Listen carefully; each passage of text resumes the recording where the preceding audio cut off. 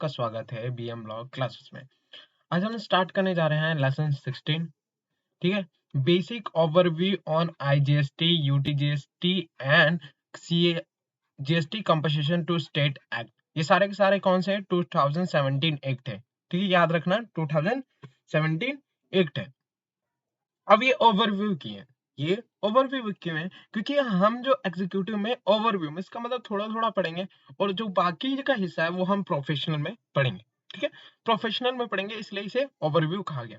अब इससे पढ़ने से पहले अगर अभी भी आपने चैनल सब्सक्राइब नहीं करा तो प्लीज सब्सक्राइब कर लीजिए हमारे चैनल, जिससे आपको टाइम टू टाइम वीडियो मिलती रहे। सो चलिए आगे बढ़ते हैं आज के चैप्टर पे।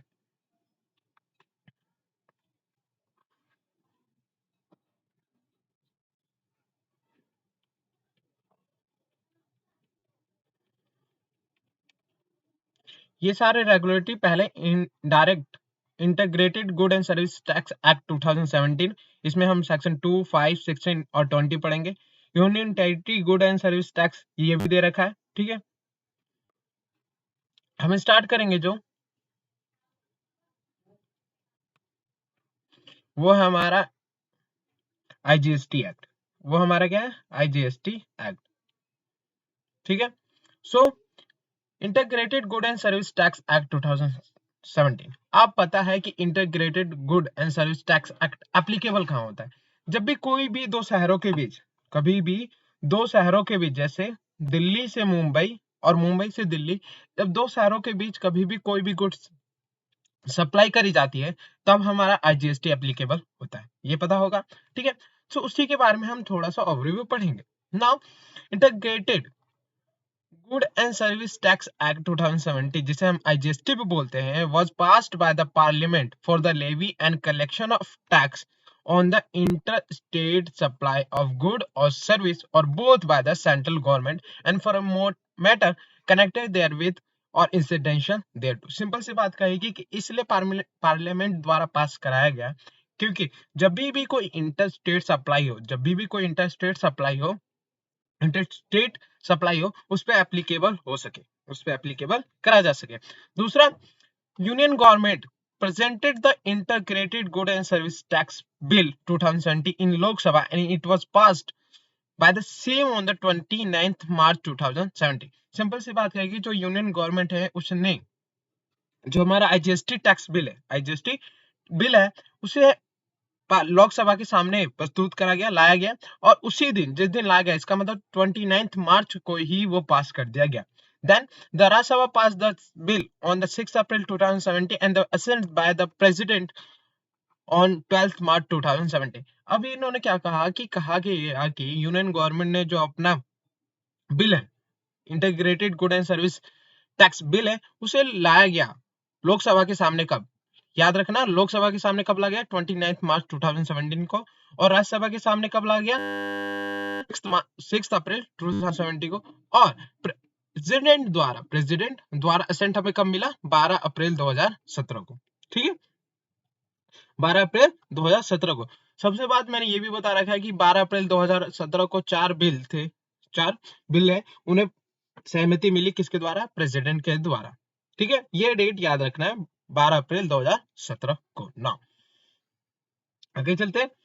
Integrated good and service tax means the tax levied under the IGST Act on the supply of good and service and or service in the course of interstate trade और commerce। सिंपल सी बात कहेगी कि IGST वहीं applicable होता है जहां कोई भी गुड्स हो, कोई भी सर्विस हो या फिर गुड और सर्विस हो, दोनों को सप्लाई करा गया हो दो शहरों के बीच में, now IGST levied and collect by the center and on the interstate supply of good or service and service. Simple सी बात कहिए, आईजीएसटी कलेक्ट किसके द्वारा होता है? कलेक्टेड और लिव्ड, लगाया भी जाता है और कलेक्ट भी करा जाता है सेंटर के द्वारा। किसके द्वारा? सेंटर के द्वारा। अंडर द आर्टिकल 269A, याद रखना है हमें, article 269A of the constitution, IGST on the supplies in the course of interstate trade or commerce is levied and collected by the central government of India, and as such tax shall be levied approximate between the union and state in the manner as may be provided by the parliament by law on the recommendation of the GST council. Simple. कहा गया कि according to article 269A, according to article 269A, याद रख लेना, इसे एक और question भी बनता है कि कौन सा ऐसा आर्टिकल है जिसके अंदर आईजीएसटी, जिसके अकॉर्डिंग आईजीएसटी लाया गया, ठीक है, जिसके अकॉर्डिंग आईजीएसटी लाया गया। तो हमें ये भी याद रखना है कि 269A। तो 269A ने बोला कि जो आईजीएसटी बना है, जो आईजीएसटी बनाया गया है वो कहाँ एप्लीकेबल होगा, कोई भी इंटरस्टेट सप्लाई में, और लगाया किसके द्वारा जाएगा और कलेक्ट किसके द्वारा जाएगा, गवर्नमेंट ऑफ इंडिया के द्वारा। और ये भी कहा गया कि जो भी टैक्स कलेक्ट होगा, जो भी टैक्स कलेक्ट होगा वो यूनियन एंड स्टेट के बीच में बांट दिया जाएगा, किसके, according to parliament, according to parliament, जैसे पार्लियामेंट ने बताया होगा on the recommendation of GST council. Simple. Now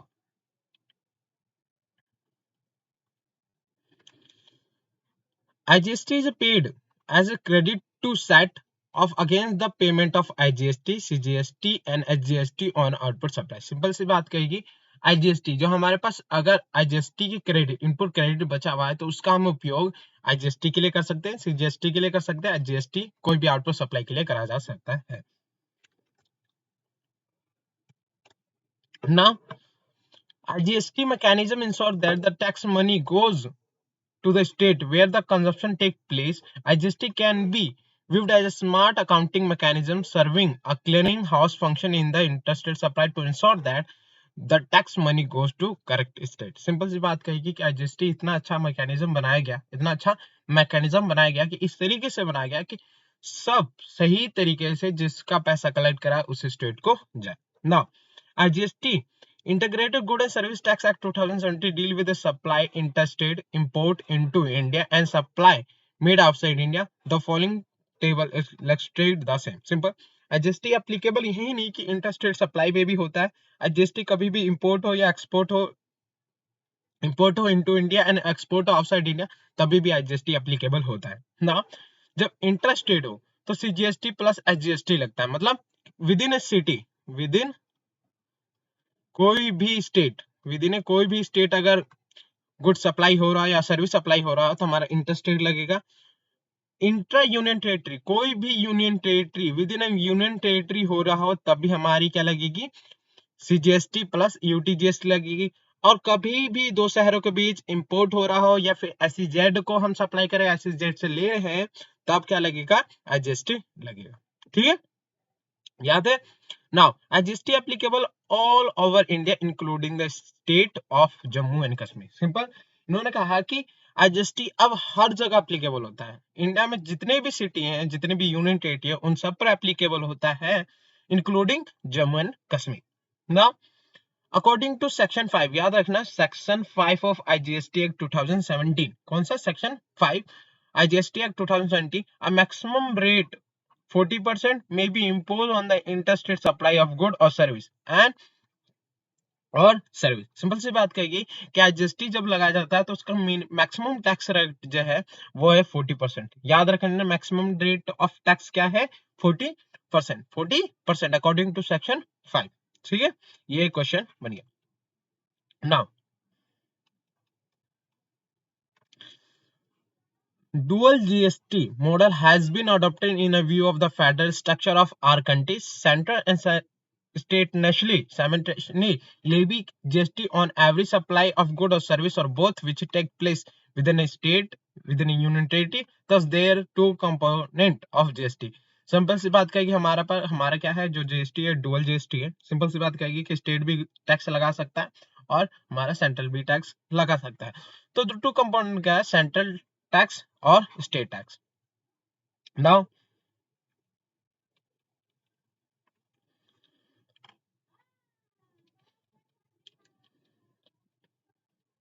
यहाँ पे रिलेवेंस ऑफ IGST दे रखा है, ये आप अपने आप भी पढ़ सकते हैं, इसमें कोई प्रॉब्लम नहीं है, ज्यादा कुछ नहीं है। ठीक है, ये बताया गया कि IGST से क्या क्या रिलेवेंट है। नेक्स्ट टॉपिक पे चलते हैं, इंटरस्टेट सप्लाई किन किन किन को कहते हैं, किस किस चीजों को हम कब कब इंटरस्टेट सप्लाई कहा जाता है। तो आपको भी बताया गया होगा, जब दो शहरों के बीच कभी भी सप्लाई होता है तो हम उसे क्या कहते हैं, इंटरस्टेट सप्लाई कहते हैं। Subject to place of supply of provision where the location of supply and the place of supply are, कहाँ, लोकेशन ऑफ सप्लायर या और place of supplier supply are in two different state तब भी क्या कहलाएगा, inter state supply कहलाएगा। Two different union territory तब भी क्या कहलाएगा, हमारा वो इंटर स्टेट सप्लाई कहलाएगा। The state and union territory such supply shall be treated as supply of good or service in the course of interstate supply। किसी state से किसी यूनियन टेरिटरी पे ट्रांसफर करा जा रहा है, सॉरी सप्लाई करा जा रहा है, तभी हमारा आईजीएसटी एप्लीकेबल होगा। एनी सप्लाई गुड और service in taxable territory not being an interstate supply shall be deemed to be supply of good or service in a course of interstate trade और commerce. Simple सी बात करिए, जितने भी हमारे intra state supply है, उन सबको छोड़ के जितने भी सप्लाई हो रहे हैं उन्हें हम क्या कहेंगे, आईजीएसटी इंटर स्टेट सप्लाई कहेंगे। इंटर स्टेट सप्लाई कहेंगे, उन पे आईजीएसटी एप्लीकेबल होगा। Also supplied to or by the special economic zone are defined as interstate supply। Simple सी बात कहेगी, कोई भी सप्लाई हो रहा है, कोई भी सप्लाई करा जा रहा है स्पेशल इकोनॉमिक जोन को, या फिर कोई भी सप्लाई बाय द द्वारा स्पेशल इकोनॉमिक जोन करा जा रहा है, उसे भी हम इंटरस्टेट सप्लाई कहेंगे। Further the supply of goods imported into territory of India till they cross the custom fortnighter of India or the supply of service imported into India, territory of India shall be treated supply in the course of interstate trade or commerce also supplied to be international tourist are treated the interstate supply। Simple सी बात करें, दो चीजें हम यहाँ पे गौर करेंगे। पहली एक ये, ठीक है, also supply to be special economic zone define as a, ठीक है, एक ये क्वेश्चन बनता है, क्या स्पेशल इकोनॉमिक जोन के द्वारा कोई भी सप्लाई हो रहा है या फिर कोई भी उससे सप्लाई करा जा रहा है, वो हमारा आईजीएसटी इंटर स्टेट सप्लाई कहलाता है, जिसपे आईजीएसटी एप्लीकेबल होता है। दूसरी चीज ये कहेगी, further the supply of good और service goods supply of goods, यहाँ देखिए goods imported into territory of India till they cross the custom frontier of India और supply of service imported into territory of India shall be treated supply in the course of interstate trade और commerce। दूसरी चीज है, कोई भी बाहर से चीज हमारे इंडिया में लाई जा रही है, कोई भी बाहर से चीज हमारी इंडिया में लाई जा रही है, उसे हम क्या कहेंगे, सिंपल से इंटरस्टेट सप्लाई कहेंगे। तीसरी चीज यहाँ पे also supply to international tourist are treated as a interstate supply। कोई भी इंटरनेशनल टूरिस्ट है और कोई भी उसे हम सप्लाई करते हैं गुड्स को, कोई भी सप्लाई करते हैं गुड्स या सर्विस को, उसे हम क्या कहेंगे, आईजीएसटी कहेंगे। आईजीएसटी एप्लीकेबल होगा, उसे हम इंटरस्टेट सप्लाई कहेंगे। तो 3 क्वेश्चन यहाँ पे बनते हैं। नाउ आगे चलें।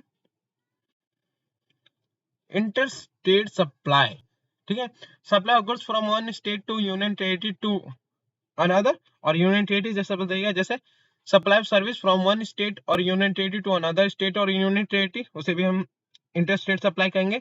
Import of good till they cross custom frontier, import of service, export of good और सर्विस, सप्लाई ऑफ गुड और सर्विस टू बाय टू और by the SEZ, supply to international tourist और any other supply in a taxable territory which is not a interstate supply, they also called be interstate supply. Now thus the nature of supply depend on the location of supplier and the place of supply। इसीलिए कहा गया कि nature of supply जो है वो depend करता है कि लोकेशन ऑफ सप्लायर, कहां से सप्लाई करा जा रहा है और कहां से सप्लाई हो रहा है। Now interstate supply it defined as a supply where the location of supply and the place of supply are in the same state या फिर यूनिट। सिंपल सी बात, विद इन स्टेट की हम बात कर रहे थे, विद इन स्टेट किसी भी सिटी में हो रहा है तो हम उसे क्या कहेंगे, इंट्रास्टेट सप्लाई कहेंगे। नाउ ये डायग्राम दे रखे, type of supply and the type of GST to be levied. Simple. हम बात करते हैं इंपॉर्टेंट डेफिनेशन की। सबसे पहला इंपॉर्टेंट डेफिनेशन जो है जैक्सन सेक्शन 2 क्लॉज 3 में दे रखा है, कंटिन्यूअस जर्नी, ठीक है, उसे क्या बोलते हैं, means a journey for which a single or more than one ticket or invoice is issued at the same time either by the single supplier of service or through an agent acting on behalf of more than one supplier of service and which involve no stopover between any of the legs of journey for which one or more separate ticket or invoice are issued। Simple सी बात कहेगी, एक person को यहाँ से मान लिया दिल्ली से महाराष्ट्र जाना है, तो जो वहां पे उसने क्या करा, दिल्ली से उसने टिकट ली, दिल्ली से जो उसने टिकट ली, या तो एक टिकट या फिर एक से ज्यादा टिकट इशू करा गया है, या फिर उसने खरीदा टिकट इशू करा गया, उस टिकट खरीदा उसने, तो वहां से जो उसने टिकट खरीदी वह एक या एक से ज्यादा है, और जो इशू करा गया या तो सेम टाइम एक ही टाइम पे करा गया, या तो सिंगल सप्लायर के द्वारा किया गया, या तो through an agent acting on behalf of the more than one supplier of service, तो उसे हम क्या कहेंगे, कंटिन्यूअस जर्नी कहेंगे, कंटिन्यूअस जर्नी कहेंगे। सिंपल। ना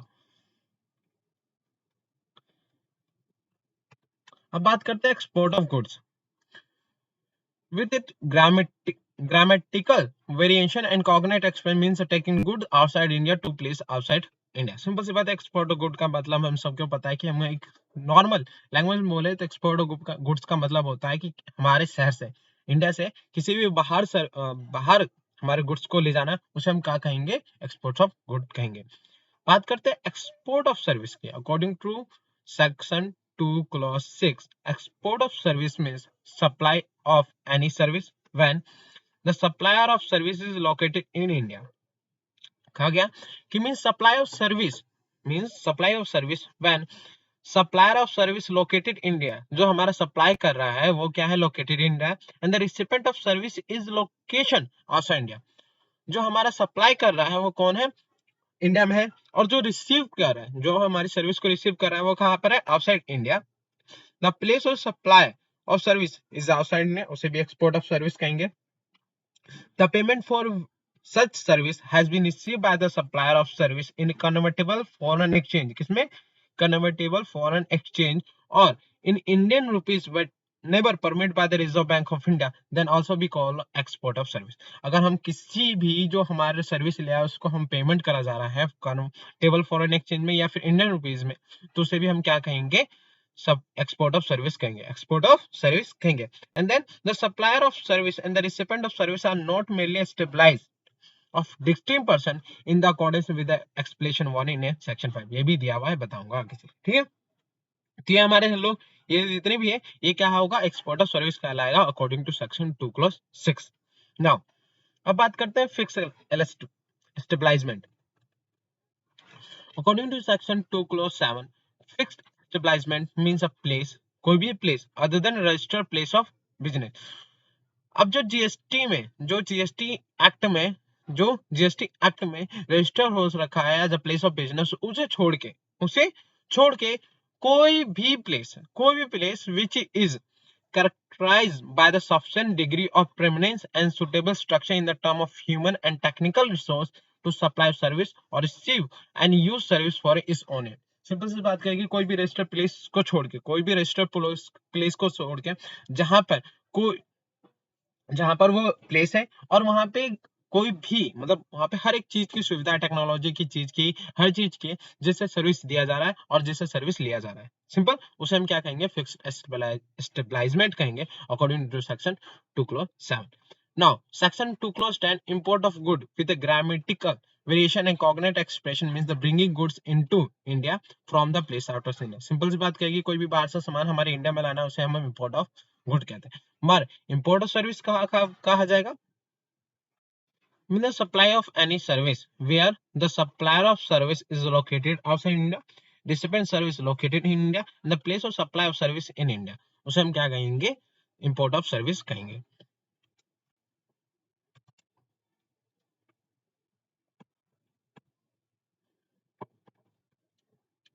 ठीक है जी, आगे चलते हैं। Section 2 clause 14, location of recipient of service means where the supply is received at a place of business for which registration has been obtained, the location of such place of business। अब इन्होंने कहा कि हमने अभी क्या पढ़ा, location of receipt of service, recipient of service. Location of recipient of service, जहां पे सर्विस को प्राप्त करा जा रहा है, वो कौन कौन सी जगह हो सकती है, तो according to section 2 clause 14, where the supply is received at a place of business for which a registration has been obtained, the location of such place of business। Simple सी बात कहिए, जिस जगह के लिए हमने जीएसटी रजिस्ट्रेशन ले रखा है, जीएसटी रजिस्ट्रेशन में उस जगह का नाम डाल रखा है, उस जगह को बता रखा है कि हमारा प्लेस ऑफ बिजनेस है, उसे हम क्या कहेंगे, उस जगह को हम location of recipient of service कहेंगे। दूसरा, whether supply is received at a place other than the place of business for which registration has been obtained, the location of such fixed establishment, जैसे हमने पढ़ा कि फिक्स एस्टेब्लिशमेंट मतलब होता है कि मेन प्लेस ऑफ रजिस्ट्रेशन को छोड़ के, प्लेस ऑफ बिजनेस को छोड़ के कोई भी और भी जगह जहाँ पे कोई भी सर्विस दिया जा रहा है, कोई भी सर्विस प्राप्त करा जा रहा है, उसे हम क्या कह सकते हैं, location of recipient of service कहा जा सकता है। Third, whether supply is received at more than one establishment, अगर एक से ज्यादा जगह पे कोई भी सप्लाई रिसीव करी जा रही है, whether the place of supply, place of business or fixed establishment, the location of establishment most directly concerned with the recipient of service। तो अब मान लिया जाए यहाँ से हर जगह से सप्लाई ऑफ सर्विस रिसिप्ट करी जा रही है, तो जो सबसे ज्यादा कंसर्न मतलब रिलेटेड होगा या फिर सबसे ज्यादा डायरेक्ट रिलेटेड होगा या ज्यादा गुड्स जहां रिसीव सर्विस जहां रिसीव करी जाएगी, उसे हम क्या बोलेंगे, उसे हम location of receipt of service बोलेंगे। ठीक है। Now in the absence of such place, the location of usual place of business, usual place of residence of recipient, अगर मान लिया जाए कि इन तीनों में से कोई भी जगह हमें नहीं मिल रही, कोई भी जगह नहीं मिली, हमें पता नहीं चल रहा, तो जहां पे प्लेस ऑफ रेजिडेंट, जहां पे रिसिपेंट रहता है, जहां पे रिसिपेंट रहता है, उस जगह को हम क्या मान लेंगे, location of recipient of service मान लेंगे according to section 2 clause 14। Now according to section 2 clause 15, location of supply of service means where the supply is made from a place of business for which registration has been obtained, the location of such place। Simple सी बात कही, supply of service की बात करी जा रही है, तो जहां से सप्लाई बन रहा है, जहां से सप्लाई बन रहा है, उसे हम क्या कहेंगे, location of supply of service कहा जाएगा। where the supply is made from a place other than place of business for which registration has been obtained, the location of such fixed establishment। और मान लिया जाए कि जहां से हमने रजिस्ट्रेशन लिया उस जगह से नहीं और कहीं से बन रहा है, तो उस जगह को हम क्या कहेंगे, location of supplier of service कहेंगे। जैसा हमने ऊपर पढ़ा वही अपोजिट वर्ड में दे दिया है, मेड था वहां तक फ्रॉम था। Now where the supply is made from more than one establishment where the directory place of business fixed establishment, the location of the establishment most directly concerned with the provision of supply, उसे भी हम क्या कहेंगे, location of supply of service कहेंगे। then in the absence of such place, the location of the usual place of residence of the supply, अगर ये सब नहीं होता तो जहां पे सप्लायर का यूजुअल प्लेस ऑफ रेजिडेंस है, जहां प्लेस ऑफ रेजिडेंस है, उसे हम क्या कहेंगे, location of supply of service कहेंगे। Now according to section 2 clause 16, non taxable online receipt, कोई भी ऑनलाइन रिसिप्ट होता है, कोई भी ऑनलाइन रिसिप्ट होता है, वो कहाँ पे नो टैक्सेबल होता है, means any government, local authority, government authority, an individual or any other person or not registered and receiving online information and database access or retrieval service in relation to any purpose other than commerce, industry or any other business or profession located in taxable territory। इसका मतलब कोई भी central government, कोई भी government हो गई, local कोई भी गवर्नमेंट हो गई, लोकल अथॉरिटी हो गई, गवर्नमेंटल अथॉरिटी हो गई, या फिर कोई भी individual, any other person not registered, और वो क्या कर रहा है, रिसीव कर रहा है कोई भी ऑनलाइन इंफॉर्मेशन, कोई भी ऑनलाइन इंफॉर्मेशन या फिर डाटाबेस एक्सेस या फिर रिट्रीवल सर्विस। ठीक है, कौन से सर्विस को छोड़ के, कोई भी इंफॉर्मेशन या सर्विस को छोड़ के, कॉमर्स, इंडस्ट्री और अदर बिजनेस और profession located in taxable territory, वो हमारे क्या कहलाएगा, non taxable online receipt. Simple सी बात कहेगी, कोई भी सेंट्रल गवर्नमेंट, कोई भी गवर्नमेंट हो गई, कोई भी लोकल अथॉरिटी हो गई, कोई भी गवर्नमेंटल अथॉरिटी हो गई, और कोई भी ऑनलाइन इंफॉर्मेशन या डाटाबेस एक्सेस कर रही है, तो उस पे हमारा टैक्स नहीं लगेगा, वो क्या कहलाएंगे, नॉन टैक्सेबल ऑनलाइन रिसिप्ट कहलाएंगे। Simple, according to section 2 clause 16, governmental authority दे रखी है, set up by the act of parliament और स्टेट लेजिस्लेचर, जैसे हमारा ICSI है, ठीक है, ICAI है, ये क्या है, यह हमारी एक्ट के द्वारा, पार्लियामेंट ऑफ एक्ट और स्टेट लेजिस्लेचर द्वारा बनाई गई है। ये भी अगर कोई भी इंफॉर्मेशन और डाटाबेस एक्सेस करती है तो उन पे टैक्स नहीं लगेगा। दूसरा, establishment by the government with 90% or more participated by the equity or control to the carry out any function interested to panchayat under article 243G or municipality under article 243W of the constitution. कोई भी पंचायत हो, कोई भी municipality हो, ठीक है, या फिर कोई भी एस्टेब्लिशमेंट हो, जहां पे गवर्नमेंट का जो है 90% 50% या फिर उससे ज्यादा पार्टिसिपेशन, इक्विटी और कंट्रोल है, उसे भी हम क्या कहेंगे? गवर्नमेंटल अथॉरिटी कहेंगे। गवर्नमेंटल अथॉरिटी कहेंगे। Supply special economic zone shall have the same meaning as the cause of ZA of section 2 of special economic zone act 2005। फिर सेक्शन वही डेवलपर बता रखा है, यहाँ पे जो काम करते हैं, यहाँ पे जो अपना बिजनेस खोल रखे हैं उन्हें डेवलपर यूनिट कहा जाता है। Supply shall be the same meaning as section 7, ये भी हमने पढ़ चुके हैं। Taxable territory means territory to which provision of this act apply, so हम क्या कहेंगे? टेरिटरी, टैक्सेबल टेरिटरी कहेंगे। सो ये हमारे डेफिनेशन कवर होते हैं। अब बात करते हैं सेक्शन 5 की, levy and collection under the IGST act 2017। इतना हम बता चुके हैं कि जो भी कोई भी अगर टैक्स लगता है या फिर टैक्स कलेक्ट करा जाता है आईजीएसटी के अंदर, वो किसके द्वारा करा जाता है? सेंट्रल गवर्नमेंट के द्वारा करा जाता है। किसके द्वारा करा जाता है? सेंट्रल गवर्नमेंट के द्वारा करा जाता है।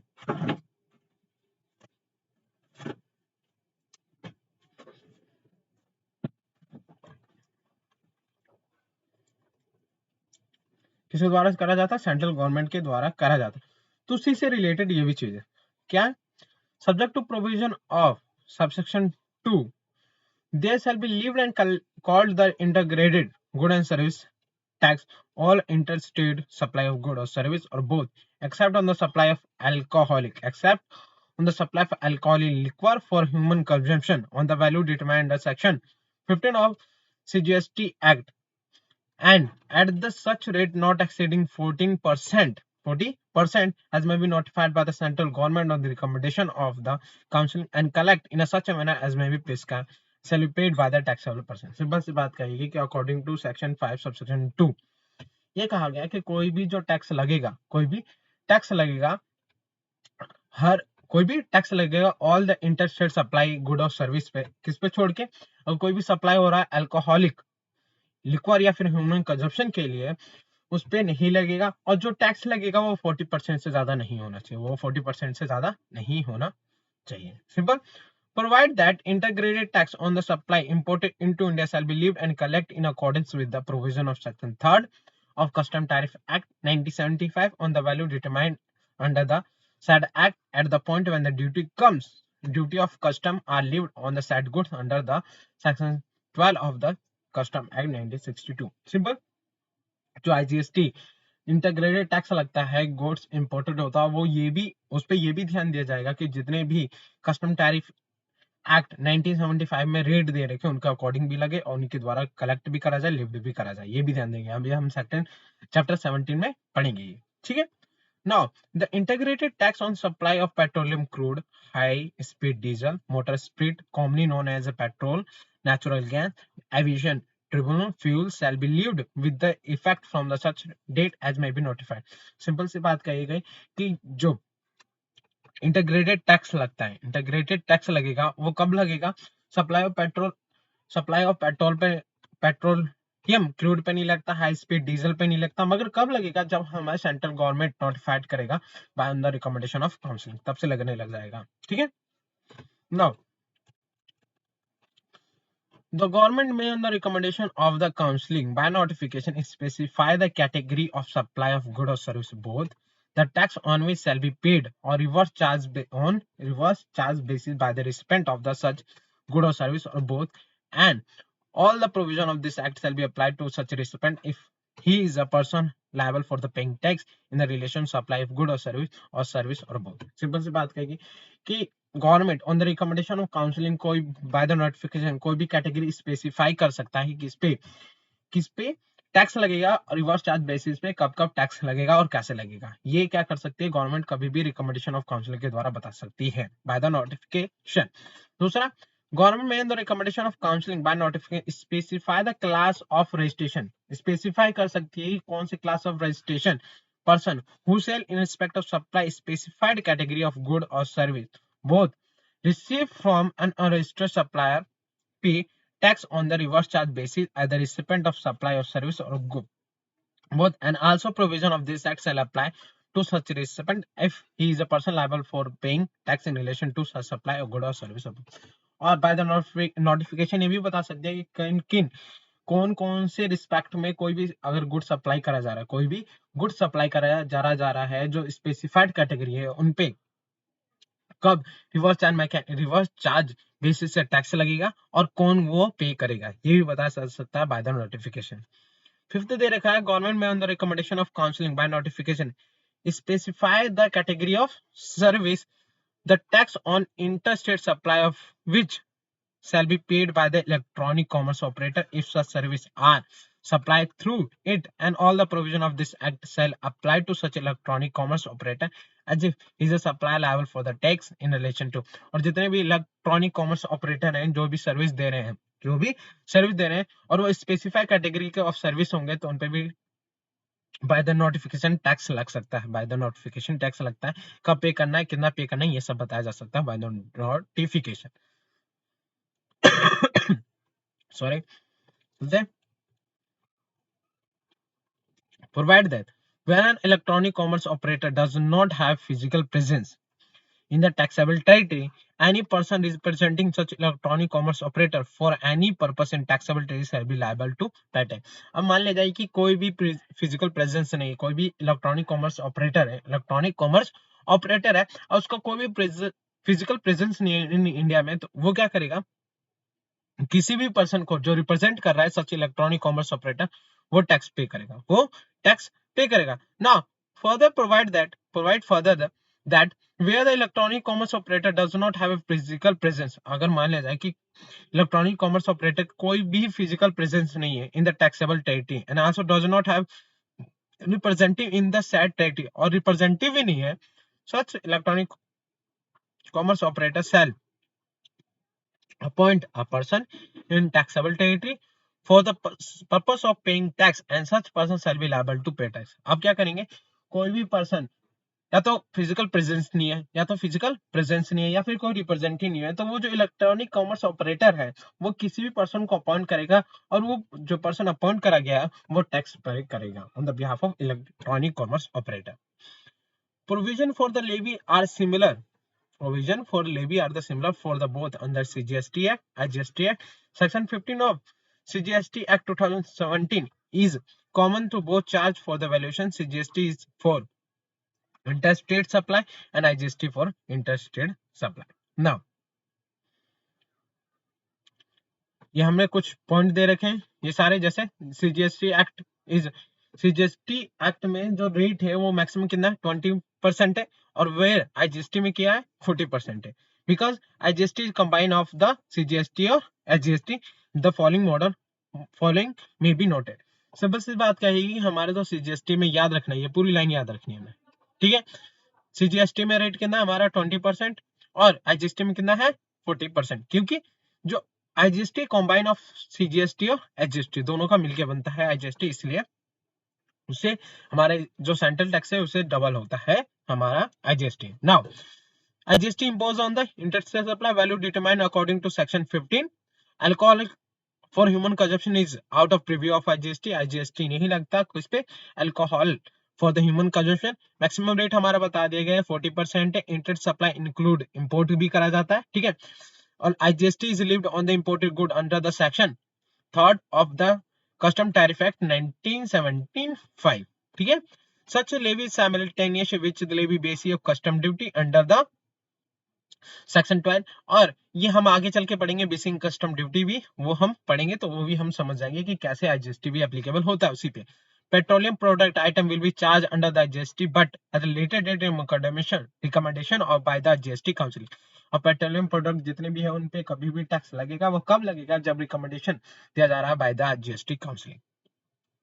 नाउ अब बात करते हैं supply would be treated as import export if certain condition are satisfy as defined. Now हमने पढ़ लिया कि एक्सपोर्ट और इंपोर्ट गुड्स या फिर सर्विस कब कहा जाता है, ये हमने पढ़ लिया। नाउ जीरो रेटेड सप्लाई किसे कहते हैं? Export and supplied to SEZ are considered as a zero rate supply on which no tax is payable। कोई भी एक्सपोर्ट हो रहा हो या सप्लाई हो रहा हो SEZ को, उसे हम क्या कहते हैं? जीरो रेट सप्लाई कहते हैं। जीरो रेट सप्लाई कहते हैं on which tax is payable, no tax is payable, जिसपे कोई भी टैक्स नहीं लग सकता। However ITC is allowed subject to such condition safeguard procedure as may be prescribed, and the refund in the respect of such supply may be claimed by the following either of the these two options. अब इन्होंने कहा कि जो भी export हो रहा है या फिर सप्लाई हो रहा है SEZ को उस पर टैक्स नहीं लगता, मगर ITC अलाउड है, ITC अलाउड है, ये याद रखना है। किस भी चीज पे एक्सेप्शन नहीं है हमारा ITC का, कि ITC कहा जाता है कि ITC जो है वो तभी एप्लीकेबल होगा जब टैक्स पे कर रहा होगा, जब टैक्स पे कर रहा होगा। मगर जीरो रेट सप्लाई ऐसा सप्लाई है जिसपे हमारा बिना टैक्स पे करे भी ITC अलाउड होता है, ITC अलाउड होता है। और इन्होंने कहा कि रिफंड जो है in the respect of such supply, जो हम सप्लाई कर रहे हैं उस पर रिफंड भी मिल सकता है, claim by the following either of these option. दो ऑप्शन दिया गया, supply made without the payment of IGST under the bond and the claim refund of unutilised ITC भी कर सकते हैं, supply made on the payment of IGST and claim of refund of the same. ये हम दो तरीकों से हम अपना रिफंड ले सकते हैं। Now refund of integrated tax paid on supply of good और टूरिस्ट लिविंग इंडिया, कोई भी टूरिस्ट जो इंडिया को लीव कर रहे हैं, छोड़ रहे हैं, उन पे भी एप्लीकेबल है, वो भी रिफंड ले सकते हैं। कब? Section 15 of IGST act provide for refund of IGST paid to international tourist leaving India on the goods being taken outside India, subject to such condition as safeguard as may be prescribed. An international tourist has been defined as a non-resident of India who entered India for the less than 6th month. यहाँ याद रखने वाली चीज हो गई है। अब इन्होंने कहा कि जितने भी इंटरनेशनल टूरिस्ट है उन्हें भी रिफंड मिल सकता है ऑफ द इंटीग्रेटेड टैक्स, मगर क्या कुछ कंडीशन होंगे जो उन्हें कंप्लाई करने पड़ेंगे तभी मिल सकता है। अब इन्होंने ये भी कहा कि इंटरनेशनल टूरिस्ट होते कौन है, इंटरनेशनल टूरिस्ट होते कौन है। तो पहला कंडीशन, एंड जो इंटरनेशनल टूरिस्ट है वो हमारे क्या होने चाहिए, नॉन रेजिडेंट ऑफ इंडिया होने चाहिए, जो इंडिया में है लेस देन 6th मंथ के लिए, लेस देन 6th मंथ के लिए हम उन्हें क्या कहेंगे, इंटरनेशनल टूरिस्ट कहेंगे, उन्हें हम क्या कहेंगे, इंटरनेशनल टूरिस्ट कहेंगे। नाउ IGST रूल भी दे रखी है, सिंपल, जब एक्ट भी आया तो रूल भी आएगा ही आएगा, जो क्लैरिफिकेशन होते हैं वो रूल में हो जाते हैं। तो हमारा ये क्या हो गया, IGST कंप्लीट। IGST कहाँ लगता है, सिंपल से दो तीन चीजें याद रखनी है। IGST लगता है जो लगता है इंटर स्टेट सप्लाई में, ठीक है, इंटर इट से कोई भी सप्लाई कर दे तब लगता है, मैक्सिमम रेट 40% है, ये हमें याद रखना है, ठीक है। और कोई चीज है वो हमें याद रखनी है। नाउ आगे चलते हैं।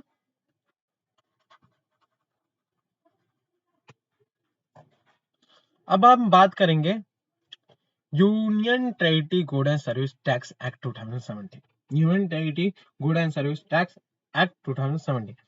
अब UTGST is GST levied by the union territory on the transaction of taxable goods and service within a union territory। अब मान लिया जाए कि कोई भी यूनियन टेरिटरी, जैसे हमारा क्या हो गया, हमारा हो गया, हमारा जैसे लद्दाख हो गया, लद्दाख, ठीक है। लद्दाख में अगर कोई भी विद इन स्टेट, कोई भी विद इन स्टेट अगर कोई भी सप्लाई होता है, विद इन स्टेट कोई भी सप्लाई होता है, उस पर UTGST एप्लीकेबल होगा, उस पर UTGST एप्लीकेबल होगा। नाउ तो central GST act will be applicable on all the interstate supply of good or service and the revenue of the central government, as GST would be levied on the all transaction of good and taxable goods and service and is therefore applicable in all the state and union territory of India. The integrated, ये भी बता दिया, will be applicable on the interstate transaction good and service. It is regulated by the central government and therefore will be applicable all the transaction of good or service applicable to India in India or import export transaction. Now, however, for the purpose of levy and the collection of GST levied on the each intrastate transaction of goods and service, all the state or union territory of the India have their own state union territory legislation. Simple.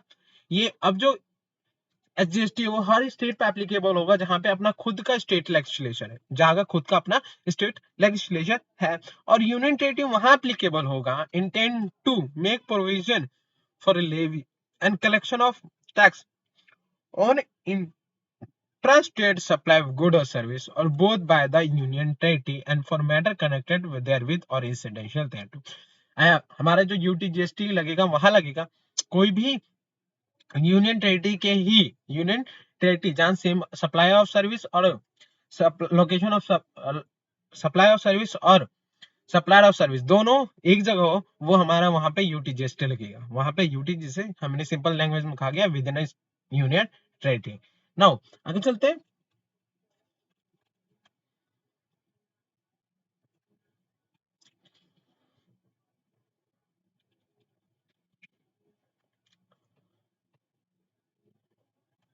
Applicability of the UTGST Act. The act may be called the Union Territory Good and Service Tax Act. It would be applicable in the following Union Territory.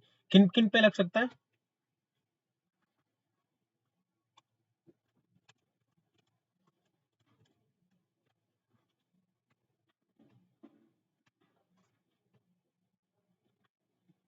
ये union territory जैसे Andaman and Nicobar, Iceland पे लग सकता है, लक्षद्वीप पे लग सकता है, दादरा एंड नगर हवेली, अंडमान दीव पे लगेगा, लद्दाख पे लगेगा, चंडीगढ़ पे लगेगा और अदर टेरिटरी। इन सब पे क्या लगेगा? हमारा यूटीजीएसटी एप्लीकेबल होगा। इन सब पे यूटीजीएसटी एप्लीकेबल होगा। Now Delhi and Puducherry are the other two union territory, but this act will not applicable there as they have their own state legislation. Government state GST would be applicable in their state. Simple से मैंने बताया कि UT GST उन स्टेटों पे नहीं लगेगा, उन state पे या उन यूनियन टेरिटरी पे नहीं लगेगा जहां का अपना खुद का लेजिस्लेशन हो, खुद का स्टेट लेजिस्लेशन या खुद का गवर्नमेंट हो। तो उन दोनों में से दिल्ली एंड पुदुचेरी, ये क्वेश्चन आ चुका है एग्जाम में, ये क्वेश्चन एग्जाम में आ चुका है। तो यहाँ याद रख लेंगे, दिल्ली एंड पुदुचेरी ऐसी जगह है जहां पे यूटीजीएसटी एप्लीकेबल नहीं होता, यूटीजीएसटी एप्लीकेबल नहीं होता। नाउ कुछ डेफिनेशन दे रखे हैं, या अपने आप भी कवर कर सकते हैं। यहाँ पे दे रखा है UTGST applicable are Andaman Nicobar, Lakshadweep, Dadra Nagar Haveli, Ladakh, Chandigarh. इन पांचों स्टेट यूनियन टेरिटरी पे हमारा यूटीजीएसटी लगता है। अब बात करते हैं applicability of the GST on the union territory of Jammu and Kashmir and Ladakh. Now, as per the Jammu and Kashmir Reorganization Act 2019, state of Jammu and Kashmir has been divided between the Union Territory. Jammu Kashmir को हमारे क्या किया गया? Union territory कर दिया गया। Namely union territory of Jammu and Kashmir and union territory of Ladakh the appointment day of the 1 October 2019। फिर CBIC has issued notification standard tax date 26th November 2000, we seek to notify the transition plan with the respect of Jammu organization। अब कुछ कहा गया, notification लगेगा जो हमारा Jammu and Kashmir reorganisation हुआ उसको क्लैरिफिकेशन देके कि क्या कहा गया। As per section 2 clause 114 of CGST Act, Union Territory means Andaman and Nicobar, Iceland, Lakshadweep, Dadra Nagar Haveli, Daman Diu, Chandigarh, other entity. Hence, the Ladakh yet to be included under the aforesaid definition. Such Section 3rd said act state that Union Territory of the Ladakh shall be formed without legislation, hence it shall be status of Union Territory। और उसके बाद simple सी बात कहिए, section 3rd के according हमें लद्दाख में भी, लद्दाख को भी क्या कर दिया गया? इंक्लूड कर दिया गया यूनियन टेरिटरी में। किसके? इसलिए क्योंकि इसके पास अपना खुद का लेजिस्लेशन नहीं है।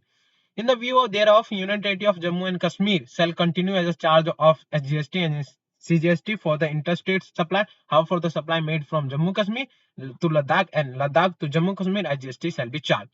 UTGST and CGST will charge for the supply made in Ladakh। Simple सी बात कहेगी, जो जम्मू एंड कश्मीर है, हालांकि वो यूनियन टेरिटरी है, मगर उस पर अभी भी SGST और CGST लगेगा फॉर द इंटरस्टेट सप्लाई। मगर कोई भी जम्मू कश्मीर से लद्दाख और लद्दाख से जम्मू कश्मीर में कोई भी सप्लाई हो रहा है, उस पर IGST एप्लीकेबल होगा,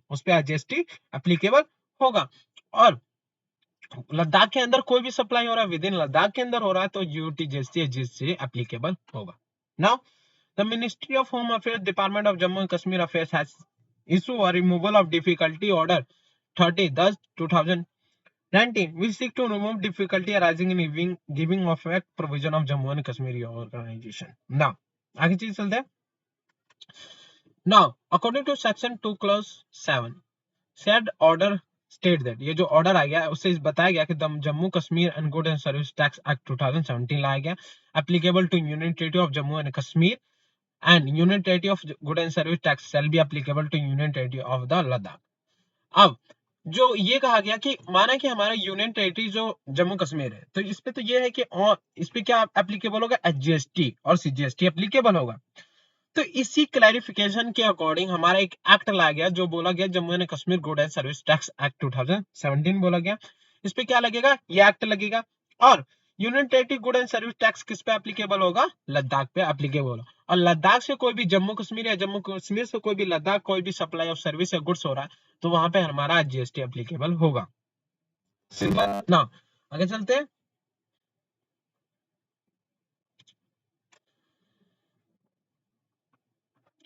इस चीज से हमने 3 क्लैरिफिकेशन लिए, वो भी मैं बता दे रहा हूं कि लद्दाख हमारा जो है, ठीक है, लद्दाख जो हमारा है वो हमारा यूनियन टेरिटरी कहलाएगा, वो हमारा यूनियन टेरिटरी कहलाएगा और उस पर UTGST एप्लीकेबल होगा। जो जम्मू कश्मीर है हमारा, JNK है हमारा, वो हमारा क्या कहलाएगा, वो हमारा यूनियन टेरिटरी में काउंट नहीं करा जाएगा और उस पर SGST और CGST एप्लीकेबल होगा as a inter state supply, intra state supply. उसी के रिगार्डिंग JNK के लिए अलग से एक्ट ला गया जो बोला गया Jammu and Kashmir good and service tax act 2020। इसका मतलब इस पे SGST एप्लीकेबल या फिर UTGST एप्लीकेबल नहीं होगा। सिंपल, आगे चलते हैं। मर्ज of Daman Diu and Dadra and Nagar हवेली मर्ज करा गया 3rd day of December 2019 को। The parliament passed the Dadra and Nagar Haveli and Daman Diu bill 2019 for the merge of two union territory. Appointment date of said amendment was effect from the 26th January 2020। दो union territory को एक में डाल दिया गया, किनको, दमन दीव को और दादरा नगर हवेली को एक यूनियन टेरिटरी बना दिया गया। ठीक है, और अपॉइंटमेंट डेट कब से, 26 January 2020। Upon the merge of Union Territory of Dadra and Nagar Haveli and Daman Diu, there arise a need to declare single state of code for the person registered under the good and service tax law in the Union Territory। Now, आगे चलते हैं। Administration and power of officers under section 456।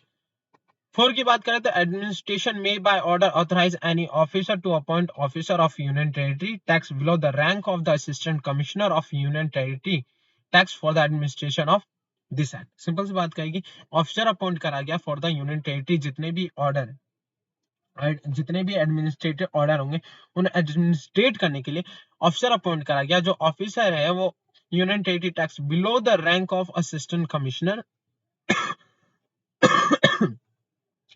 The commissioner may, subject to condition as limitation as may be prescribed in his behalf, delegate his power and any other subordinate to him। और जो हमारे officer को appoint करा गया, जो हमारे officer को appoint करा गया, जितने भी वो पावर है, वो पावर जो उसको दिया गया है वो उसके अकॉर्डिंग दिया गया होगा जो हमारे एक्ट में दिया गया है। Without prejudice to provision of this act, the officer appointed under the Central Good and Service Tax Act are authorized to be proper officer for the purpose of this act, subject to such condition, government on the recommendation of council by notification is specified। Simple। Condition क्या क्या है,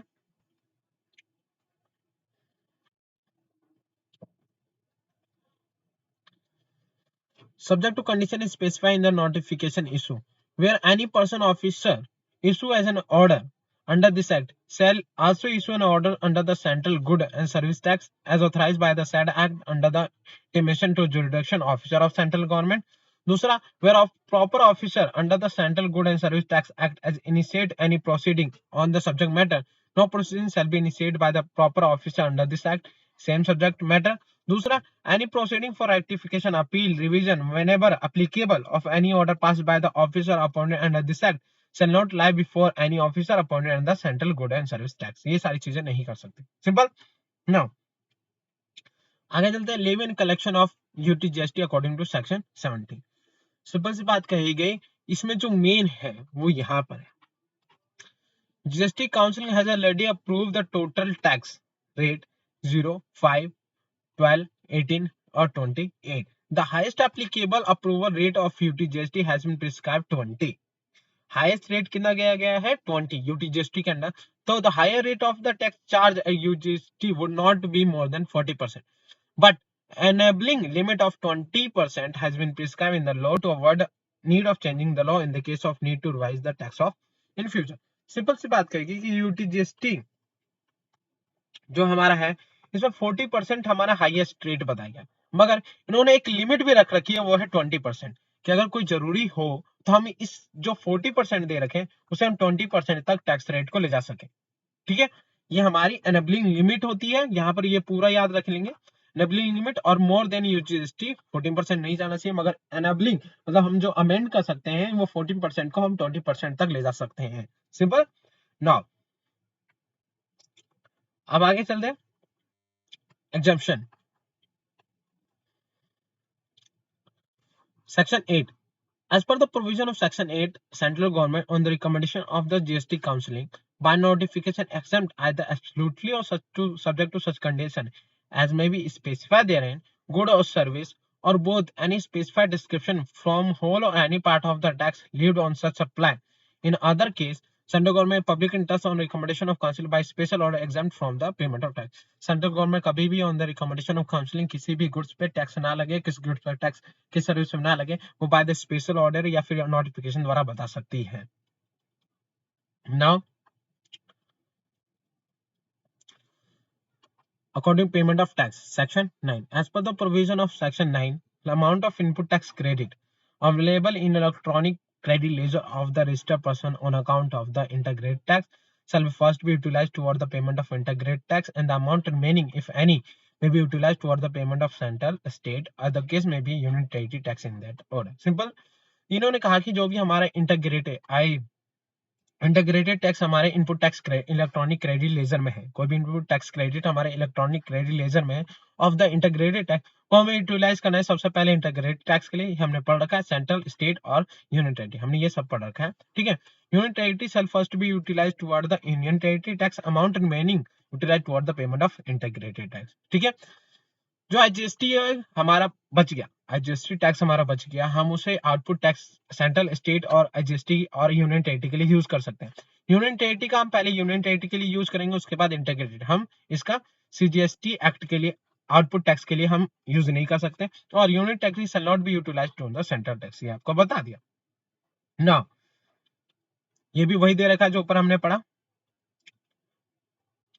हम ये सारी चीजें बहुत अच्छे से हमने 15 चैप्टर 14 चैप्टर में बहुत अच्छे से पढ़ रखी है, बहुत अच्छे से पढ़ रखी है इनपुट टैक्स क्रेडिट जो है।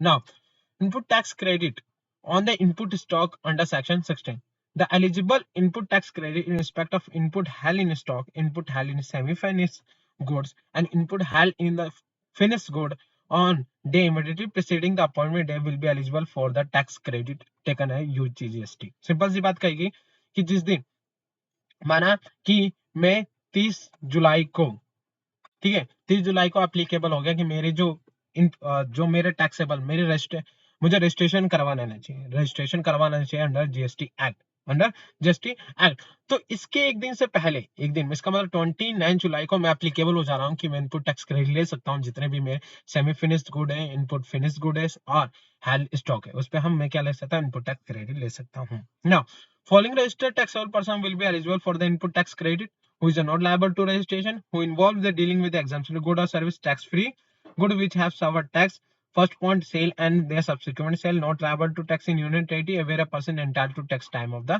sale। ये सारे पर्सन ले सकते हैं क्या, इनपुट टैक्स क्रेडिट।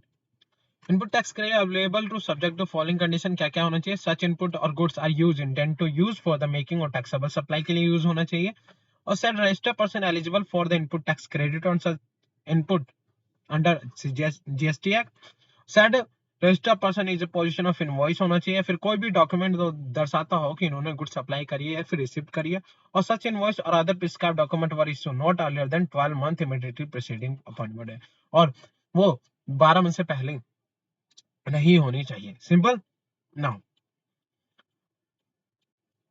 अब बात करते हैं input tax credit taxable as well as exams code. ये भी आपको पता ही है, a registered person who engage in the sale of taxable good as well as exemption good or free tax free good under the existing law but which are liable to tax under this act shall be entitled to take in the electronic credit ledger amount of the credit of value added to tax and tax if any carry forward in return of furnishing under provisional law by him amount of credit of the value added tax and entry tax if any respect of input held in some stock and input contains semi-finished or held stock appointment day relating to such exemption and good or free good according to the provision। अब इन्होंने कहा कि जितने भी exemption good है, जैसे हमने zero rate supply में कहा गया था कि हम टैक्स पे तो नहीं कर रहे मगर उन पे आईटीसी ले सकते हैं, वैसे ही रिलेटेड है ये। नाउ अब बात करते हैं composition levy.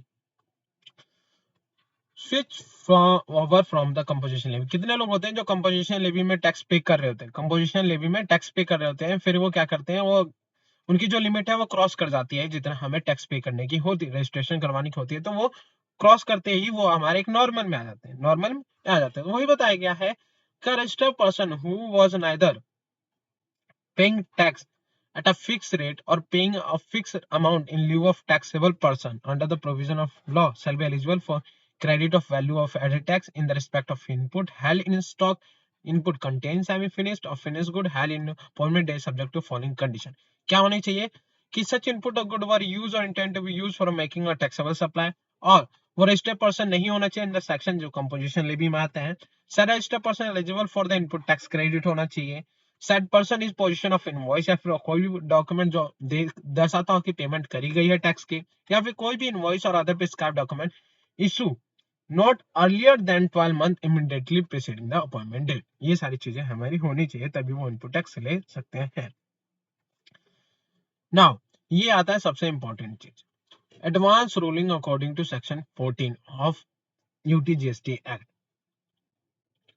Advance ruling. According to Section 14 of UTGST Act, advance ruling means a decision provided by the authority or the appellant authority to the applicant on the matter or question specified in Section 2 of 97 or subsection 1 of Section 100 of the Central Good and Service Tax Act 2017 in relation to supply of good or service और both being undertaken or proposed to be undertaken by the applicant। Simple सी बात कहेगी कि advance ruling means क्या होता है, कोई भी डिसीजन जो अथॉरिटी और अपेलेंट अथॉरिटी द्वारा दी गई हो, और कौन कौन से मैटर में, जो सबसेक्शन 2 ऑफ सेक्शन 97 और सबसेक्शन 1 ऑफ सेक्शन 100 में दिया गया।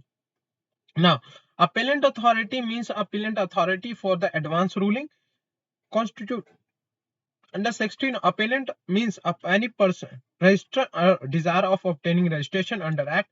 Authority means authority advance ruling constitute under section 15. Now advance ruling पता चलेगा कोई भी डिसीजन अथॉरिटी अपेलेंट अथॉरिटी द्वारा दी गई हो। अब इन्होंने कहा कि कौन कौन से question for which advance ruling can be solve. जो सेक्शन 97 सेक्शन 2 और सेक्शन 100 सेक्शन 1 में क्वेश्चन दिए वो ये क्वेश्चन है, advance ruling can be solve for the following question. ठीक है, किसके लिए क्लैरिफिकेशन चाहिए हो, क्लासिफिकेशन चाहिए हो कोई भी गुड्स और सर्विस का, तब हम जा सकते हैं। ठीक है, फिर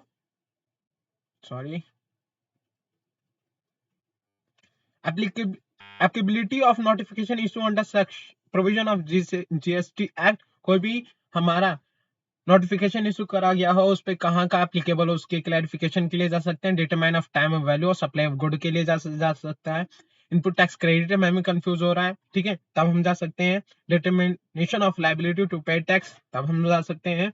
फिर whether applicant required to be register, अगर क्या रिक्वायर्ड टू रजिस्टर है तब हम जा सकते हैं। whether any particular thing done by the applicant with respect to any good or service or amount to or result in a supply of good or service within the meaning of that term, वो हम वहां जा सकते हैं, advance ruling के लिए जा सकते हैं थ्रू द अपीलेंट और अपीलेंट अथॉरिटी और अपीलेंट अथॉरिटी। अब बात करते हैं अथॉरिटी की। Constitution of authority for advance ruling 2015, sorry, constitution authority for the advance ruling authority की बात हो रही है। According to section 15, central government by the notification constitute authority to known as the name of the union territory authority for the advance ruling provided by the central government made the recommendation of the council to notify any authority located in any state or any union territory as an authority for the purpose of this act। कोई भी हम authority को notified करा जा सकता है किसी भी स्टेट में, किसी भी यूनियन टेरिटरी में, authority for the advance ruling according to section 15। अब अथॉरिटी में कौन कौन होंगे? One member from the amongst of the officer of central tax होंगे, one member from the amongst to officer of union territory appointed by the central government होंगे, central government होंगे। ये क्वेश्चन आ चुका है, याद रख लेना, ये क्वेश्चन आ चुका है सेक्शन 15, तो इसे हम याद रखेंगे कौन कौन से मेंबर हो सकते हैं। One member amongst of officer of the central tax and one member from the amongst the officer of union territory tax appointed किसके द्वारा करे जाएंगे? सेंट्रल गवर्नमेंट के द्वारा करे जाएंगे। Now qualification method appointment member term and condition and service shall be में be prescribe माना जाएगा। और कॉन्स्टिट्यूशन ऑफ अपीलेंट अथॉरिटी, वो ऊपर क्या थी सेक्शन 15 में हमारे केवल अथॉरिटी दी है, सेक्शन 16 में हमारे क्या दी है अपीलेंट अथॉरिटी। अपीलेंट अथॉरिटी भी जो है वो सेंट्रल गवर्नमेंट द्वारा बनाई जाएगी, बताई जाएगी। इसमें कौन कौन से पर्सन होंगे यहाँ याद रखेंगे, chief commissioner of central tax as designated by the board, commissioner of union territory having the jurisdiction over the applicant, ये हमारे क्या होंगे, ये हमारे क्या होंगे कंसिस्ट ऑफ द मेंबर होंगे फॉर द अपीलेंट अथॉरिटी। ये भी मेंबर हम याद करें। मिसलेनियस दे रखा कोई, आप ऐसे भी पढ़ सकते हैं, कोई ज्यादा जरूरी नहीं है।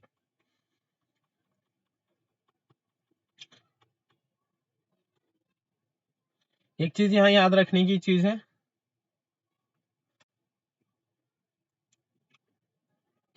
Power of make rule under the section 20 UTGST regulate on the power of central government to make rule. Power किसके दी गई, according section 22 of UTGST act central government को पावर दी गई है रूल बनाने के लिए on the recommendation of council. The central government may make rule for all और any of the matter which may act or article required to be made prescribed in respect of which provision are to be made by the rule. Any rule or made under section 1 may provide that contravention there shall be liable to maximum penalty of 10,000। अगर जितने भी rule बनाए गए central government के द्वारा, अगर उनका कोई भी उल्लंघन करता है, कोई भी कंट्रावेंशन करता है, तो जो पेनल्टी होगी वो 10,000 तक हो सकती है मैक्सिमम। ठीक है, आगे चलते हैं, ये और कुछ ज्यादा जरूरी नहीं है। अब हम सीधा आते हैं silent feature of GST compensation, sorry ऊपर है, ये है compensation, good and service tax compensation to state act. अब ये लाया क्यों गया, पहले मैं इसका पर्पस बताता हूँ आपको। क्या हुआ, जब जीएसटी आ रहा था, जब जीएसटी आ रहा था तो स्टेट गवर्नमेंट, जितने भी हमारे स्टेट गवर्नमेंट था, उन्हें डर था कि जीएसटी आने से हमारा नुकसान ना हो, क्योंकि जितने भी हमारे एग्जिस्टिंग ऑक्ट्राई हो गया, एंटरटेनमेंट टैक्स हो गया, वो हमें नहीं मिलेगा, वो हमें नहीं मिलेगा, वो हट जाएगा। इस वजह से जितना भी नुकसान होगा जीएसटी के आने से, वो कौन पे करेगा, हमारी यूनियन सेंट्रल गवर्नमेंट पे करेगा, किसे पे करेगा, स्टेट गवर्नमेंट को। तो उसी के लिए good and service tax compensation to state act, compensation मतलब किसी को पे करना, किसका नुकसान हुआ है उसका पे करना कंपनसेशन कराता है। तो हमें स्टेट गवर्नमेंट को, स्टेट को कंपनसेशन करा जाएगा by the central government for any loss due to GST application, due to GST applicable. तो जितनी भी जीएसटी की वजह से नुकसान होता है स्टेट गवर्नमेंट को, तो वो सेंट्रल गवर्नमेंट पे करेगी, किसमें, रिवेन्यू में कोई भी नुकसान होता है तो।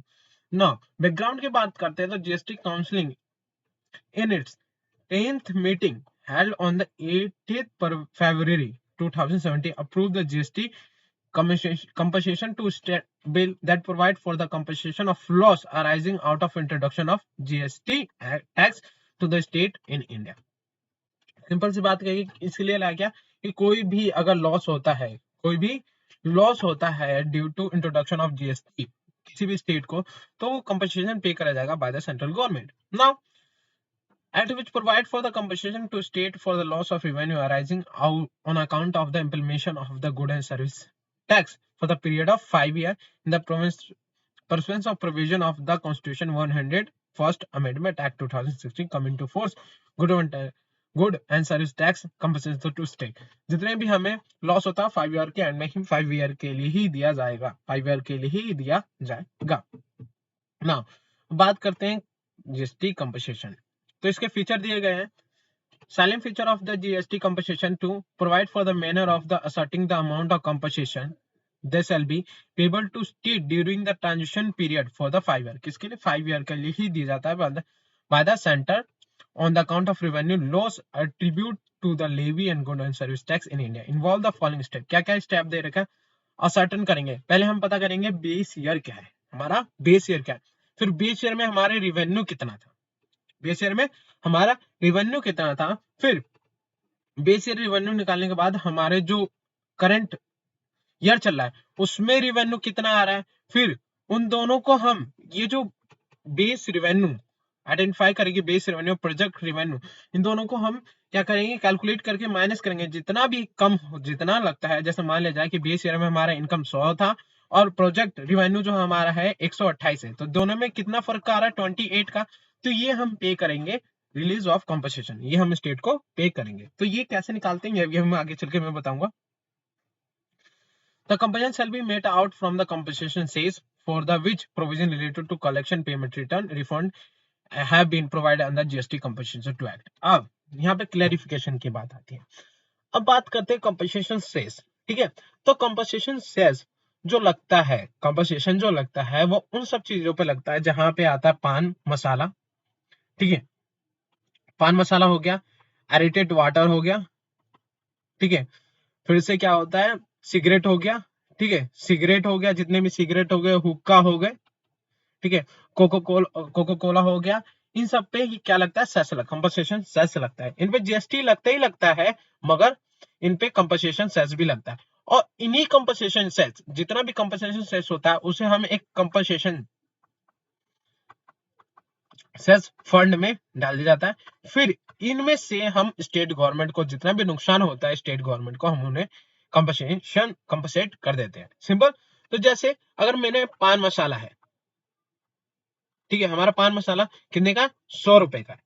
हमारा पान मसाला कितने का, 100 रुपए का। मान लिया जाए इस पे जीएसटी लगा 28%, इसका मतलब 28 रुपीज।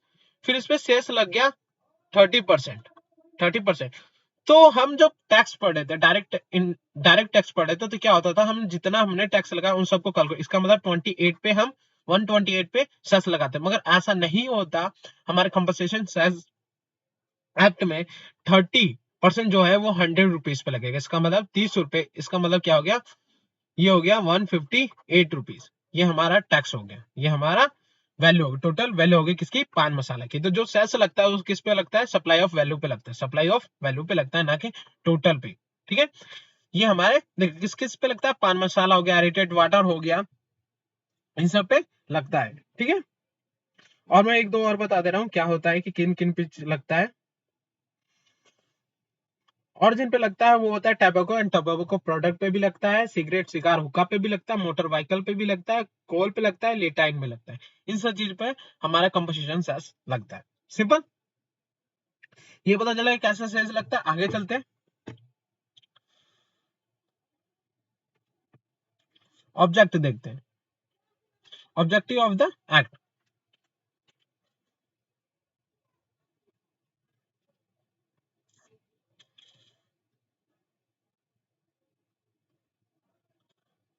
सबसे पहले, it provide for the compensation of loss to state arising due to implementation of the good and service. Simple सी बात है, जितने भी लॉस हो रहा है इंप्लीमेशन ऑफ जीएसटी से, उस कंपनसेशन ऑफ लॉस को स्टेट को पे करने के लिए बनाया गया। फाइनेंशियल ईयर कब होगा, 2015-16 माना जाएगा base year for the purpose of calculating compensation amount. The revenue to be compensate consist of the revenue from the all tax they are levied by the state which have some under the good and service tax audited by the controller and auditor general. So the growth rate of revenue during the transition period shall be 40%। जो project, ये मान के चलते हैं कि जो हमारा tax है, मान लिया जाए कि एक बेस ईयर में दो, जो हमारा 15-16 था, ठीक है, उसमें हमें रिवेन्यू जो था 100 रुपए कलेक्ट हुआ। तो क्यों ना रिवेन्यू आपका बढ़े या ना बढ़े, हम ये मान के चलेंगे कि हर साल आपके ये 100 रुपए में 14 रुपए बढ़ रहे हैं। हर साल आपके 14 रुपए बढ़ रहे हैं। हर साल आपके 14 रुपए बढ़ रहे हैं, ये मान के चलेंगे। ग्रोथ रेट हम क्या मान के चलेंगे, 14% मान के चलेंगे। Simple. Now the compensation shall be release at the every end of every 2-month period of the provisional basis, and final shall be made after getting audited account of the every of the year from the controller auditor general। क्या क्या compensation जो भी है, compensation जो भी है वो her last 2 month के में उसे रिलीज कर दिया जाएगा, रिलीज कर दिया जाएगा every 2 month, end of the every 2 month on the period on the provisional basis. ठीक है, now in the case of 11 specific category state, Article 279 of Constitution, the revenue foregone on account of exemption of tax granted shall be counted toward the definition of revenue for the base year calculating compensation. Now, the revenue state that were not credited to consolidate fund of the state government but were directly collected by mandi or municipality would also be included definition of revenue if these are summoned under good and service। क्यों ना वो consolidate fund में कोई भी मंडी या municipality tax हम collect कर रहे हैं, क्यों ना वो कंसोलिडेट फंड में डाला जाए या ना डाला जाए, उसे हम तब भी हम सबमिट करा जाएगा कि वो गुड एंड सर्विस टैक्स में गिना जाएगा और वो हमारी रेवेन्यू कहलाएगा। The generated revenue to compensation state for the 5 year होगा for the loss suffered by the state on the account of the implementation of good and service tax is by levy of cess on the ground recommendation by the GST Council over the above GST rate in the item. Now, procedure for the cess shall be credited to fund called the good and service tax compensation fund, and all the compensation payable to state GST compensation shall be paid from this fund. The balance if are left GST compensation fund after 5 years shall be equally shared between the central and state. Simple ये कहा गया कि जो भी हम tax collect करते हैं, कोई भी हम टैक्स कलेक्ट करते हैं, उसे हम किस में डालेंगे? Good and service tax compensation fund में डालेंगे, और इसमें से कोई भी स्टेट को अगर नुकसान होता है उसे हम पे करेंगे, उसे हम पे कंपनसेट करेंगे। और पे करने के बाद भी 5 साल में अगर पे कर दिया पूरा का पूरा, तब भी हमारा बच गया, अगर बचने के बाद भी जो अमाउंट बच गया हम बिटवीन शेयर कर लेंगे, सेंट्रल और स्टेट के आपस में बराबर बराबर बांट लेंगे। ठीक है, ये कोई डेफिनेशन दे रखी है। ठीक है, अब प्रोजेक्ट ग्रोथ रेट क्या हमारा 14%, बेस ईयर हमारा क्या है 2015-16 और बेस ऑफ ईयर ये। अब एक क्वेश्चन जो आपको पता होना चाहिए, ये दे रखा है कि कौन कौन चीजें इंक्लूड नहीं होती, ये भी हमारा सबसे ज्यादा जरूरी है।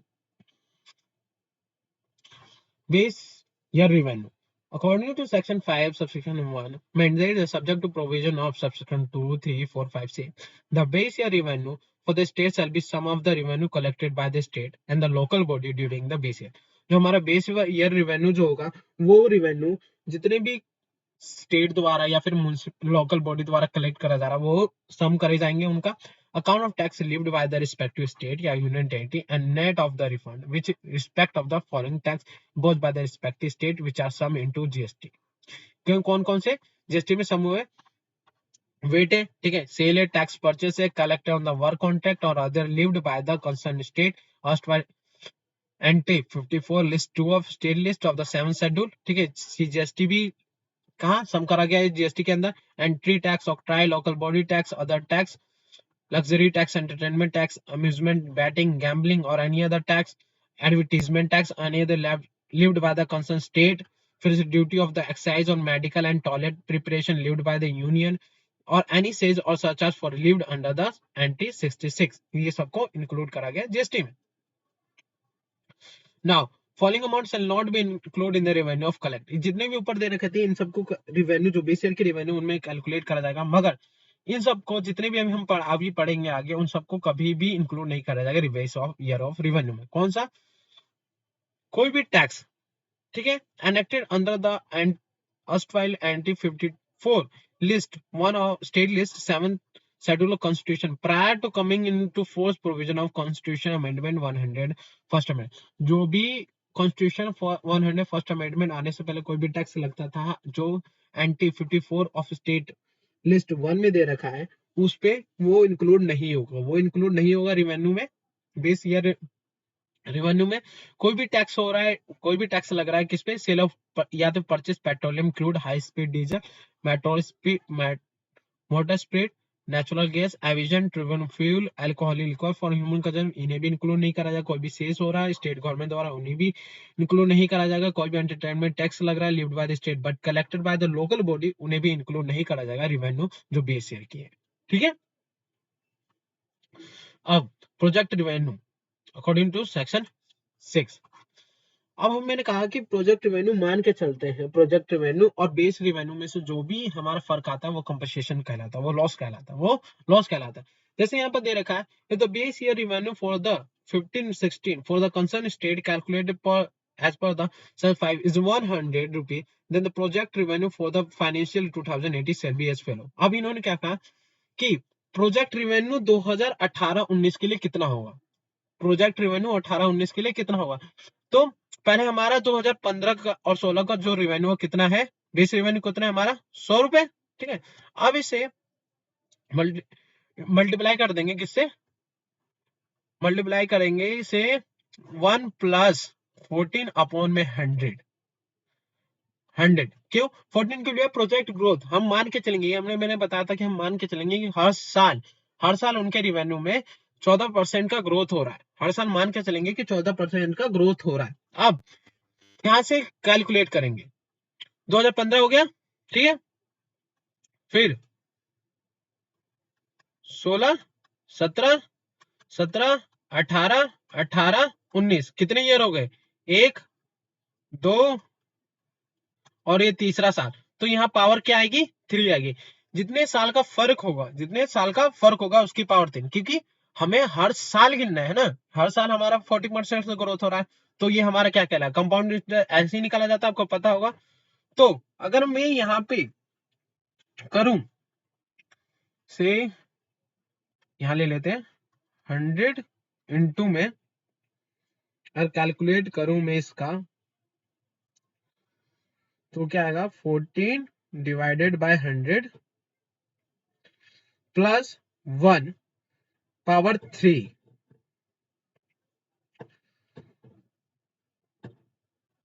ये हमारा आएगा 1.4815।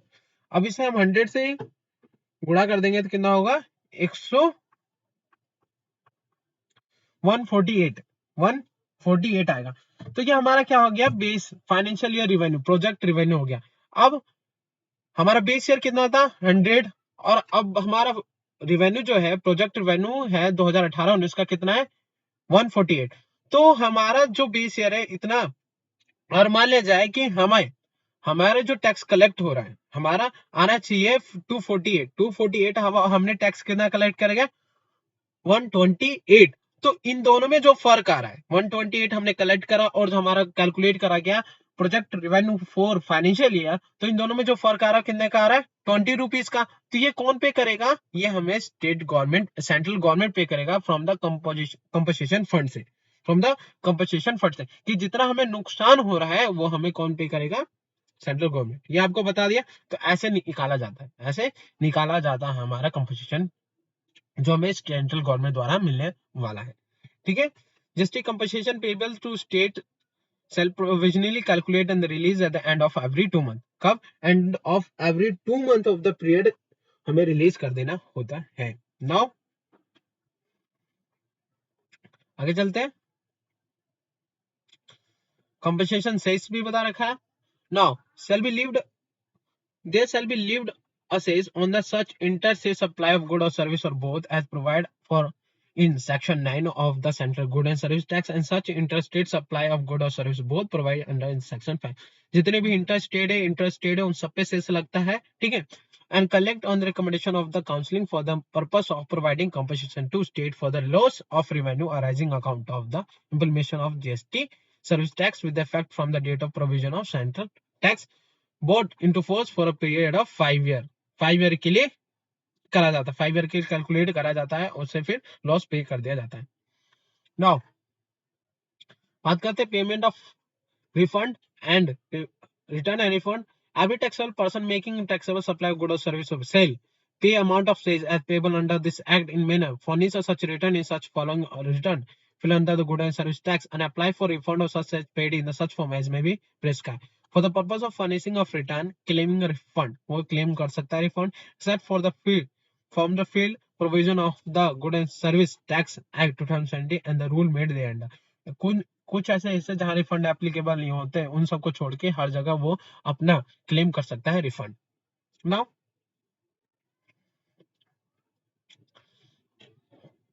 crediting process of the sales to fund according to process of the sales lived under section 8 and such other amount as may be recommendation by the council shall be credited to non-lapsable fund known as a good and service tax compensation fund simple which shall form part of the public account of India and shall be utilized for the purpose of specified satisfaction। जिसके लिए अगर good and service tax composition से fund में जितना भी amount है वो किसका यूज होगा? केवल हम लॉस जितना भी हो रहा है स्टेट को फ्रॉम इम्प्लीमेशन ऑफ जीएसटी वो पे करने के लिए ही करा जाएगा। All amount payable subject to state under the section shall be paid out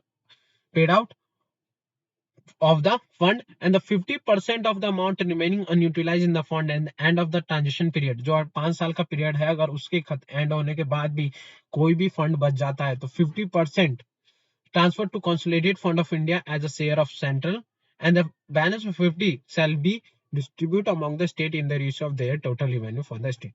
अब इन्होंने कहा कि 50% पहले क्या है? ट्रांसफर कर दे consolidated fund of the share of centre.